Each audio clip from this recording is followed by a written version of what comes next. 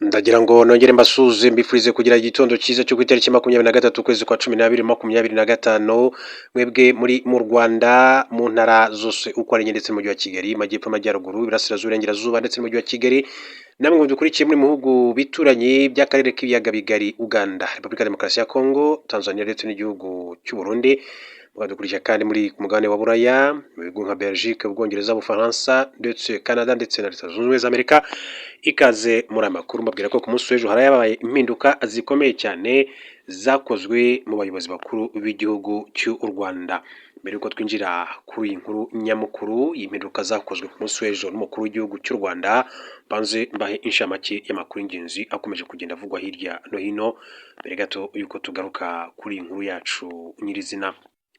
Reka mpere mu gihugu cya Nigeria mbabwire ko abanyeshuri bose bari barashimuswe babohowe. Ubutegetsi bwa Nigeria bwatangaje ko abanyeshuri 30 n'abarimu babo bari basigaye barashimuswe bakuwe mu biganza by'amabandi yari yarabashimuse. Abanyeshuri bari mu barenga 50 bashimuswe muri Papiri mu ishuri ryitwa St Mary ku itariki 20 Gushyingo nibwo bashimuswe. Leta ya Nigeria yerukaga kandi gutangaza ko abana 100 babashije gutabarwa. Kuri ubu ubuyobozi bwatangaje ko abandi 30 batabawe kandi nta mwana n'umwe usigaye mu biganza bya rushimusi. Umuyobozi mukuru wa polisi yo muri leta ya Niger Adamu Abdullah Ermane yabwiye BBC ko abo bana bari bagisuzumwa n'inzego z'umutekano naho kuwa mbere bakajyanwa ku ishuri ryabo bagashyikirizwa ababyeyi. Gusa makuru yari yabanje kuvugwa mbere nuko abana bashimuswe barenze 30 ndetse ntihatangajwe uburyo guverinoma Nigeria yakoresheje mu gutabara aba bana bari barashimuswe. Bimaze igihe bivugwa ko leta yemera kwishyura ingurane y'amafaranga ku mabandi aba yashimuse abantu kugira ngo abarekure, ariko akabamo n'abarekurwa binyuze mu bikorwa bya gisirikare by'ingabo za leta ya Nigeria. Makuru mu buryo bwinshi amakimbere ko tujya ku nkuru yacu reka mbabwire ko Amerika Perezida wa Leta Zunze Ubumwe za Amerika Donald Trump yashyizeho intumwa yihariye izamufasha komeka ikirwa cya Greenland ku gihugu cye.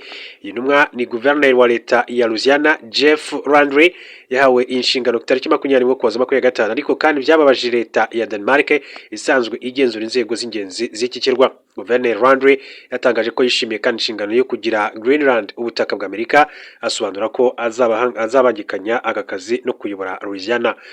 Yagize ati murakoze bwana Donald Trump, nebishema no kubakorera mu nshingano y'ubukorerabushake yo kugira Greenland ubutaka bwa Amerika.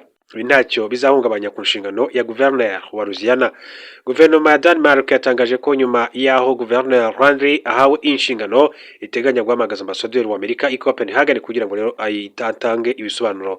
Minisitiri w'intebe wa Greenland Jens Frederik Nielsen yatangaje ko abatuye kuri iki kirwa aribo bazigenera ahazaza hacyo kandi ko ubusugire bwacyo bugomba guhabwa kubahwa. Greenland nicyo kirwa rero kinini cyane ku isi, kikaba gituwe n'abantu hafi ibihumbi 57 kuva mu mwaka wa 1979, kigenzura inzego nyinshi cyane zacyo keretse uw'umutekano urw'ububanyi n'amahanga rugenzurwa na Denmark. Ubwo Trump yasubiraga ku butegetsi muri Mutarama 2025 yagaragaje ko yifuza cyane ko iki kirwa bitewe n'ahantu giherereye n'umutungo kamere gifite, ndetse bivugwa ko ashobora kandi gukoresha imbaraga z'igisirikare mu gucyomeka kuri Amerika mu gihe ibiganiro bitatanga umusaruro nk'uko amakuru yakomeza kugenda abivuga. Mbere gato ko twinjira kuri iyo nkuru yacu babwira ko iki gihugu cya Denmark kigiye guhamagaza ambasaderi wacyo muri Amerika igitaraganya. Guverinoma ya Denmark yatangaje ko igiye guhamagaza ambasaderi wa Amerika muri icyo gihugu ngo atange ibisobanuro nyuma y'uko Perezida Donald Trump agennye intumwa yihariye ya Amerika ku kirwa cya Greenland kibarizwa mu bwami bwa Denmark kuva mu ntangiriro z'uyu mwaka, ubwo Donald Trump kandi yatangiraga manda ye ya kabiri. Yagiye aca amarenga yo gushaka kwigarura Greenland ikaba iya Amerika. Ikirwa cya Greenland nticyegeranye na Denmark ariko kiyobora kuva mu mwaka wa 1979, nyuma cyaje kandi kubona ubwigenge binyuze mu matora ya Kamarampaka 2009. Gusa nubwo gifite ubwigenge ku rwego mpuzamahanga kibarizwa mu bwami bwa Denmark aho kuba ari igihugu cyacyo. Muri Mutarama uyu mwaka Perezida Donald Trump yavuze ko ashaka ko icyo kirwa kijya mu maboko ya Amerika aho gukomeza kubarizwa muri Denmark. Avuga ko abaturage bacyo bashaka kwigenga. Icyo kirwa gisanzweho ibirindiro by'ingabo za Amerika. Trump yavuze ko adashobora kandi kuzikurayo kuko zishobora gufasha mu kwigarurira icyo kirwa kwa Amerika cyangwa se byaba ngombwa ikakigura. amagambo yarakaje cyane Denmark ndetse n'abo muri Greenland kuko minisitiri w'intebe w'icyo kirwa witwa Mette Bulup Edrege akaba rero yaravuze ko abaturage ayobora bakeneye rero kubarizwa muri Denmark cyangwa se Amerika. Icyo kirwa Amerika kandi ivuga ko cyaba ari ingenzi kuri iyo bitewe no kuba hakiri hagati ya Amerika ndetse ya ruguru n'Uburayi ku buryo byafasha icyo gihugu rero kuhagenzurira abanzi bacyo. Tariki 20/25 Bwana Trump yagaragaje ko agikomeje umugambi wo gushaka Greenland kuko yagenye Jeff Randall wari usanzwe ari guverineri wa leta ya Louisiana nk'intumwa ihariye ya Amerika muri Greenland. Abanyujije ku rubuga rwa Truth Social, Trump yibukije Guverineri Randall ko abizi ko icyo kirwa Amerika ayigikeneye cyane ndetse undi nawe yemera Trump ko atewe ishema no gukora aka kazi Amerika ikazigarurira Greenland. Nyuma y'icyo cyemezo cya Trump, France 24 yanditse ko Minisitiri w'Ububanyi n'Amahanga wa Denmark Lars Rasmussen yavuze ko igihugu kirero byakibabaje cyane ndetse asaba Amerika rero kubaha ubusugire bwacyo. Ati Denmark ni ubwami bumwe, ati burimo Greenland n'ibirwa bya Faroe, ntabwo dushobora rero kwihanganira uwo ari we wese ushaka kuduca intege cyangwa se gutandukanya ubuyobozi bwacu.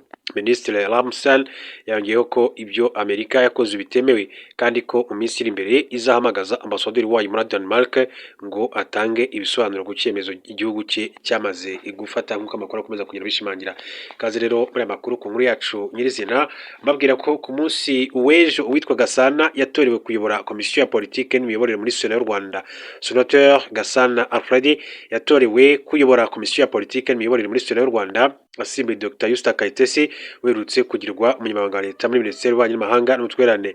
N'amatora yabaye ku 22 Ukuboza 2025 atorwa ku majwi 28. Gasana yarahiriye gutangira inshingano muri Sena y'u Rwanda ku 24 Ukwakira 2025 mu muhango wabereye mu ngoro y'Inteko Ishinga Amategeko y'u Rwanda imbere ya His Excellency Paul Kagame. Icyo gihe kandi yabwiye itangazamakuru ko ashimira Perezida amugira icyizere cyo kumugira umusenateri kandi ko kumwitura ari ukutamutenguha ushingano amuhaye. Ati ndashimira cyane Perezida wa Repubulika wongeye kandi kungirira icyizere akangira umusenateri n'iby'agaciro gakomeye. Ati kumwitura kuri nge ni ukutamutenguha, no gukora n'ubwenge bwawe, umutima wawe, imbaraga zawe yabitwibukije ugashyira mu bikorwa inshingano aguhaye. Kutamutenguha rero ati ndumva umuntu yamwizeza kandi yamwizeza n'Abanyarwanda. Yaravuze ko bijyanye n'inshingano bagiriye gutangira bazazishyira mu bikorwa bitewe hatitawe ku nyungu z'umuturage gusa Alfred Gasana yagizwe Minisitiri w'Umutekano w'imbere mu gihugu mu Ukuboza 2021. Inshingano yaherukaga kandi muri guverinoma y'u Rwanda muri Mutarama 2020 ubwo yarimo General Patrick Nyamvumba. Mbere yo kwinjira muri guverinoma, Gasana yabanje kuba umudepite mu Nteko Ishinga Amategeko y'u Rwanda aho yabaye muri komisiyo ishinzwe ibikorwa bya politiki n'amategeko muri 2010. Muri Kamena 2024 Gasana yagizwe ambasaderi w'u Rwanda mu bwami bw'Ubuholande asimbuye ambasaderi Olivier Nduhungirehe wagizwe Minisitiri w'Ububanyi n'Amahanga ndetse n'Ubutwererane. Hanyuma rero mu yandi makuru akomeje kugenda avugwa, reka njye kuri iyi nkuru babwire ko umuyobozi w'urwego ngishwanama rw'inararibonye Tito Rutaremara yatangaje ko amavugurura yakozwe mu miyoborere y'umuryango wa FPR Inkotanyi yatewe n'uko abayobozi bamwe bategeraga abaturage ndetse ntibabahe serivisi nziza nk'uko biri mu nshingano zabo. Mu mwaka w'1984 ubwo RPF Inkotanyi yashingwaga yari ifite perezida wa visi perezida ndetse n'umunyamabanga mukuru n'umwungirije. Nyuma y'amasezerano y'amahoro ya Arusha, inzego z'ubuyobozi za RPF Inkotanyi zagize abarimo perezida na visi perezida wa mbere n'uwa kabiri, ariko umunyamabanga mukuru ntiyagira umwungirije. Tito Rutaremara ubwo yari mu kiganiro cya RBA yavuze ko nyuma y'ibiganiro byo mu rugwiro FPR Inkotanyi kandi yongeye gukora amavugurura basubizwaho imiyoborere ifite perezida na visi perezida umwe mu gihe umunyamabanga mukuru we atagiraga umwungirije. Tariki ya 14 Ukuboza 2025 FPR Inkotanyi yemeje komite nyobozi irimo abanyamabanga bakuru babiri ndetse na visi perezida bagera kuri babiri uko twagiye tunabigaruka mu makuru yacu yatambutse. N'impinduka zari zakozwe mu nteko rusange ya 17 y'umuryango wa FPR Inkotanyi. Hanyuma ati icyabizanye ubu noneho nuko basanze Perezida wa Repubulika ari we chairman, yasanze abayobozi rero bategera abaturage bataba serivisi za ngombwa abisanga muri guverinoma anabisanga muri FPR. Rutaremara yavuze ko Abanyarwanda ari abantu bazima ahubwo abayobozi ari bo bakwiriye gukora ibishoboka kugira ngo bahabwe serivisi. Abanyarwanda bose ni bazima, nawe yarabyivugiye atari ko abayobozi twebwe nitwe tutabaha ibyangombwa bishakwa. ati ubwo rero ati yaravugaga ati mu kuvugurura turagira ngo noneho aba bayobozi dushyizeho hejuru no mu zindi nzego zizagenda zivugururwa ubwazo kugira ngo rero zikore imirimo batangire kandi bareba ko abayobozi bo munsi yabo bakora imirimo yabo uko bikwiye, baba bazi ko inzego zo hejuru zibareba zizababaza ibyo bakora. Dr Rutaremara yasobanuye ko inzego zashyizweho zigamije kandi kwegera abayobozi bo mu nzego zitandukanye ariko zikanagenzura ko begera abaturage ngo barebe ko baha serivisi abaturage kuko nizo nshingano z'abayobozi. Ati muri iki gihe ntabwo byameraga neza yaba mu nzego za FPR Inkotanyi cyangwa se mu nzego za leta y'u Rwanda. Mu byagaragaye ati vuba harimo abari abayobozi bo mu karere ka Kayonza barangaranye abaturage bagirwaho ingaruka n'amapfa kugeza igihe bamwe batangiye gusohoka. Iki kibazo cyasojwe n'uko komite nyobozi y'akarere yose yirukanywe hashyirwaho abayobozi b'agateganyo. Rutaremara ahamya ko mu gihe abagize inzego za RPF Inkotanyi baba bakora neza bagaharanira ko abaturage begerwa babona aho bitagenda neza bakabimenyesha inzego nkuru zishobora kandi kubwira abo muri leta ibyo bahindura. Dr Rutaremara kandi yemeza ko mu gihe umuntu basanze hari ibitagenda neza yaba ari umunyamuryango wa FPR Inkotanyi byaba byoroshye kumucyaha ndetse no kumukosora. Dr Rutaremara yahamije ko kugira ngo abaturage bahabwe serivisi zikwiye bisaba ko baba barasobanuriwe uburenganzira bwabo kandi bakamenya kubuharanira. Ati ibyo bizaturuka ku kuba abayobozi ba FPR Inkotanyi babigisha babatinyura bakabereka bati ubu uburenganzira bwanyu ni mu buharanire. Mu bashyizweho nyuma y'amavugurura arimo Christophe Bazivamo wagizwe umunyamabanga mukuru wa FPR Inkotanyi, naho umwungirije agirwa Gasana Karasanyi Stephen. Tito ati ubona rero azanye abayobozi bari basanzwe babana n'abaturage. Iyo urebye nka Bazivamo yabaye vice perezida igihe kirekire ariko akora no mu nzego zo hasi, arazizi, yegereye abaturage. Yanakomeje kandi kuri Gasana Stephen wagize umunyamabanga mukuru wungirije wa FPR Inkotanyi avuye ku mwanya wa meya w'akarere ka Nyagatare kandi yakoraga neza. Aturumva rero igitekerezo no kuvuga ngo reka aba bantu kuko dushaka cya kintu cy'uko rero abantu bajya hasi barebe ko inzego zikora neza. Ati babana abaturage barebe ko bahabwa serivisi, bigishe abaturage, babamenyeshe uburenganzira bwabo aba bari mu babikora. Christophe Bazivamo wagizwe umunyamabanga mukuru wungirije w'umuryango wa Afurika y'Iburasirazuba East African Community guhera muri 2016, mbere yaho kandi yari umudepite mu nteko ishinga amategeko y'u Rwanda mu nteko ishinga amategeko y'umuryango wa Afurika y'Iburasirazuba EAR, ndetse yabaye mu myanya itandukanye muri guverinoma mu Rwanda kuva mu Gushyingo 2022 kugeza Gicurasi 2021. Ayoboye minisiteri zitandukanye zirimo iy'ubutegetsi bw'igihugu, iy'umutekano w'imbere mu gihugu, ibidukikije, iy'ubuhinzi n'ubworozi n'amashyamba na mine. Ambassadeur Bazivamo yabaye kandi umunyamabanga nshingwabikorwa wa komisiyo y'igihugu y'amatora kuva muri Kamena mwaka wa 2000 kugeza mu Gushyingo 2022. Yabaye prefet wa prefecture Gitarama kuva muri Werurwe mwaka wa 1999 kugeza muri Gicurasi muri mwaka wa 2000. Ambassadeur Bazivamo yize muri kaminuza y'u Rwanda ikiri Université Nationale du Rwanda, aho yakuye impamyabumenyi y'icyiciro cya kabiri cya kaminuza mu bijyanye n'ubuhinzi kuva mwaka wa 1981 kugeza mwaka wa 1988. Yize kandi muri kaminuza ya Göttingen mu Budage, yakuye impamyabumenyi y'icyiciro cya gatatu cya kaminuza mu bijyanye n'ubukungu bushingiye ku buhinzi. Uwimana Console wemejwe nka vice perezida wa mbere w'umuryango wa FPR Inkotanyi kuwa 12 Kamena mwaka wa 2024 nibwo yagizwe minisitiri w'uburinganire n'iterambere ry'umuryango. Imana yarasanzwe ari vice chairman w'umuryango wa FPR Inkotanyi kuva muri 2023, akaba kandi yarakoze indi mirimo inyuranye. Yabaye umusenateri mu nteko ishinga amategeko y'u Rwanda kuva 2003 kugeza 2013. Yinjiye muri Sena y'u Rwanda ari mu bantu 8 bashyizweho na Perezida wa Repubulika y'u Rwanda avuye muri komite ya FPR Inkotanyi Ikibagabaga. Yanabaye vice perezida wa komisiyo y'ubukungu, imari ndetse anayobora ihuriro ry'abanyarwandakazi baba muri nteko ishinga amategeko. Ubwo yari muri Sena kandi yayoboye komisiyo idasanzwe yari yarashyiriweho kureba gahunda zo guteza imbere abo amateka agaragaza ko basigajwe inyuma. Yabaye vice perezida w'ihuriro rishinzwe kurwanya jenoside. Yabaye kandi mu ihuriro rirwanya ruswa narihagararira muri Afurika y'Iburasirazuba ku rwego rwa Afurika. Yavukiye mu karere ka Burera mwaka wa 1971. Yahigiye amashuri abanza ariko aza kuyakomereza mu karere ka Gakenke ahazwi nka Cyabingo, mu gihe amashuri yisumbuye yayigiye muri Lycée Notre Dame de Citeaux mu mujyi wa Kigali. Yize ibijyanye n'ubukungu ari nabyo kandi yakozemo igihe kinini cyane mbere yo kwinjira muri Sena y'u Rwanda. Yabaye kandi komiseri ushinzwe ubuhinzi muri FPR Inkotanyi. Mbere yo kwinjira muri Sena, Uwimana Console yakoze muri banki y'abaturage imyaka itari mike, aho yakoze imirimo itandukanye. Kayisire Marie Solange wemejwe nka vice perezida wa kabiri w'umuryango wa FPR Inkotanyi, umunyamabanga wa leta muri minisiteri y'ubutegetsi bw'igihugu, ushinzwe ubutegetsi bw'igihugu kuva muri Kanama 2023. Kayisire yabaye minisitiri ushinzwe imirimo y'inama y'abaminisitiri kuva muri Kanama 2024 kugeza 2020, agirwa minisitiri w'ibikorwa by'ubutabazi. Gasana Karasagi Stephen wemejwe nk'umunyamabanga mukuru w'umuryango wa FPR Inkotanyi yinjiye mu mwanya w'ubuyobozi w'akarere ka Nyagatare muri 2021. Yize ibijyanye n'amategeko muri kaminuza y'u Rwanda. Ngabo rero nabashyizweho umuryango wa FPR Inkotanyi. Hanyuma duhinduye ingingo tureba n'andi makuru atandukanye bakomeza kugenda avugwa hano mu gihugu cy'u Rwanda, babwira ko Leta y'u Rwanda yashyize ku isoko inganda zigera kuri 3 zikora ibintu bitandukanye mu bikomoka ku buhinzi n'ubworozi, harimo Rwamagana Banana Wine, Nyabihu Potato Company Limited ndetse na Rutsiro Honey Limited.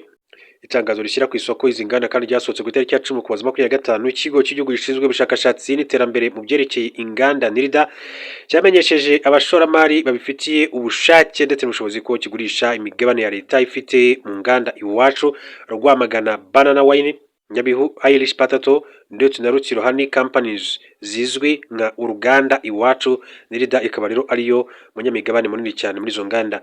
Muri Nyakanga 2025, umuyobozi mukuru wa NIRDA witwa Christian Sekomo Bilame yabwiye abadepite bagize pake ko nta bushobozi butuma izi nganda 3 zikoresha ubushobozi bwose zifite. Yagize ati ayo twari tugitanga akoreshwa mu kugura ibikoresho by'ibanze, guhemba abakozi, kwishyura umutekano, isuku n'ibindi byose. Turi kugerageza rero ibishoboka kugira ngo iki kibazo gihagarare zikore neza. Kugeza ubu Rwamagana Banana Wine irakora ku bushobozi butari hejuru cyane. Rutsiro Honey nayo ni kimwe, iri hagati ya 30% na 40%, naho Rwamagana ni kuri 20%. Nyabihu Potato Company niyo iri hasi, iri mu 10%. Izi nganda zubatswe binyuze muri gahunda ya leta yitwa Uruganda Iwacu. Inganda 3 zashyizwe ku isoko zagiye rero zigaruka muri raporo y'umugenzuzi mukuru w'imari ya leta nk'izahombeje leta kuko yazishoragamo amafaranga buri gihe ariko ikagwa mu bihombo. Nyabihu Potato Company yongerera agaciro ibirayi. Uruganda Nyabihu Potato Company Limited NPC Limited rwashinzwe muri 2014 rutangira kandi gukora muri 2018. Mu myaka 4 imigabane y'iki kigo irimo 52% ya NIRDA naho 46% ni ya BDF, mu gihe 1% ari y'akarere ka Nyabihu, naho koperative Kotemu na Kowamu zifite 1%. Uruganda rwubatswe mu cyanya cy'inganda cya Mukamira mu karere ka Nyabihu, rwubatswe ku butaka bufite ubuso bwa metero kare 1607, mu gihe ikibanza cyarwo cyose ari metero kare 6911. Leta igaragaza ko rufite imashini zigezweho zitunganya ibirayi, izibihata, izibikoramo ifiriti kandi rugerwaho n'amazi n'amashanyarazi. Runafite inyubako z'uruganda. Rufite kandi ubushobozi bwo gutunganya toni 9 z'ibirayi ku munsi. Rucuruza ifiriti n'ibirayi bihase ku masoko y'imbere mu gihugu, harimo amaguriro agezweho, supermarché, hotel, amasoko n'ahandi mu gihugu. Ifiriti z'uru ruganda zigurishwa mu byiciro bitandukanye, harimo izifunze mu gapaki ya garama 25-50 ndetse na garama 100. Bigaragazwa kandi ko rufite hafi gushyira ku isoko ibicuruzwa 3 birimo ibirayi bironze gusa, ibihase ndetse n'ifiriti izwi nka French fries. Kugeza muri Gicurasi 2025, Minisiteri y'Ubucuruzi n'Inganda yabaruraga koperative 113 ziri mu ruhererekane yongera agaciro rwo guhinga ndetse no gucuruza ibirayi zibarizwamo abarenga 96,000. Kugeza ubu inganda kandi zitunganya umusoro ukomoka ku buhinzi w'ibirayi ni 2 gusa mu gihugu cy'u Rwanda. Mu nganda leta yemeje ko yashyize ku isoko imigabane yayo harimo Rwamagana Banana Wine rwatangiye gukora muri 2018 rutunganya ibikomoka ku bitoki. Imigabane 99% y'uruganda ni ya NIRDA, mu gihe icyitwa Apro Jubal inarugemurira ibitoki bibisi rukoresha ifitemo 1%. Uruganda rwubatse mu cyanya cy'inganda cya Rwamagana rwashinzwe rufite ubushobozi bwo gutunganya toni 4 z'ibitoki, aho 10% byagombaga kandi gukorwamo umuvinyo, 20% bigakorwamo umutobe, naho 70% bigakorwamo inzoga. Ibice bibiri bitunganyirizwamo ibi bicuruzwa byubatse ku buso bwa metero kare 1607, naho ikibanza cyarwo cyose ni metero kare 6911. NIRDA igaragaza ko uruganda rufite imashini zifite ubushobozi bwo gutunganya toni 4 ku munsi, rukora umutobe w'Mukamira Ubumwikamire ungana na litiro 2800 ku munsi. Magingo aya rukora kandi rugacuruza ibicuruzwa bibiri, ni ukuvuga inkangaza ndetse na Surwa Banana Wine zigurishwa ku isoko ry'imbere mu gihugu cy'u Rwanda muri supermarché, hoteli zitandukanye ndetse n'ahandi. Uruganda kandi ruri hafi gushyira hanze umutobe witwa Surwa Banana Juice. Imibare igaragaza ko ibitoki bikorwamo inzoga byasaruwe mu gihembwe cy'ihinga cya A mu mwaka w'ingengo y'imari muri 2024-2025 bingana toni 562,968. Ibyangombwa rero by'ubuziranenge byatanzwe n'ikigo cy'igihugu gitsura ubuziranenge RSB, Rwanda Standard Board, mu Ukwakira 2023 bigaragaza ko hari ibigo birenga 50 bikora mu ruhererekane rw'inyongeragaciro rw'ibitoki mu Rwanda. Rutsiro Honey Limited itunganya biro bigera kuri 500 by'ubuki ku munsi. Uruganda Rutsiro Honey Limited bivugwa ko rwubatswe muri 2015 rutangira kandi gukora muri 2018. Nirida ifitemo imigabane ingana 28% mu gihe 19% ari imigabane y'akarere ka Rutsiro, naho 3% ni imigabane ya koperative yitwa Unicoapig. Rwubatswe ku butaka rufite ubuso bwa metero kare 2444. Ufite imashini zigezweho kandi zifashishwa mu gutunganya ubuki, rukagira amazi n'umuriro n'inyubako zikorerwamo imirimo y'uruganda. Imashini z'uruganda zifite ubushobozi bwo gutunganya ibiro 500 by'ubuki ku munsi. Ubuki rutunganya bugurishwa ku masoko y'imbere mu gihugu, harimo amaguriro, supermarché, amasoko y'imbere mu gihugu i Dubai, Repubulika Iharanira Demokarasi ya Kongo na Oman. Uruganda kandi rwatangiye kohereza ubuki rutunganya ku isoko ry'Ubushinwa, Ubudage na Leta Zunze Ubumwe za Amerika. Uruganda rukora ubuki bwa gishwati Natural Honey by'umwimerere 100% buhovwa n'inzuki zo mu ishyamba rya gishwati, bufungwa mu macupa ya garama 250, 300, 500, ikiro kimwe, ibiro 4, ibiro 7. Runakora inzoga y'ubuki buvanzemo tangawizi yitwa Umunezero, ifungwa mu mukebe wa garama 500. Umusaruro w'ubuki muri 2024 wari toni 7621 uvuye kuri toni 7740 w'ubuzo w'ubuki muri 2023. Niki cyatumye leta izigurisha. Dr Briame akaba rero yabwiye abadepite bagize pake ko bamaze iminsi bari bereka Minisiteri y'Imari n'Imigambi ko nta bushobozi bazaboneka bwatuma izi nganda zigera ku bushobozi zifuzwaho, bityo ko rero zigomba kugurishwa. Ntabwo turi kubona ibyo tubura ngo uruganda rukore ku kigero twifuza. Ibi rero ikidushobokera nka leta ni uko twahagarika ibi bihombo, izi nganda zigurishwe uko zimeze kose. Mu byakozwe harimo gukoranya abafite imigabane muri izi nganda 3 bagamije kubaza niba bashobora kandi kugura imigabane ya leta, byabananira igashyirwa ku isoko.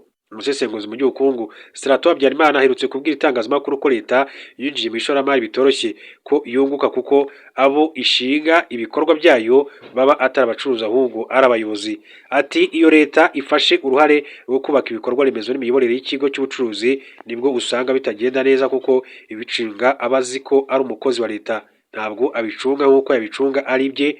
Ubwo rero leta wese ishyizeho umva ko ahagarariye leta, mu gihe wa wundi we aba yumva ari kwikorera ku giti cye. Ni umuyobozi ucunga cya kintu, nubwo yaba yashyizeho umukozi amukurikiranira hafi ngo arebe uko akora umunsi ku wundi. Niho akenshi rero bikunze gupfira. Akaba rero ari uko yagiye abisobanura. Reka mbashimire.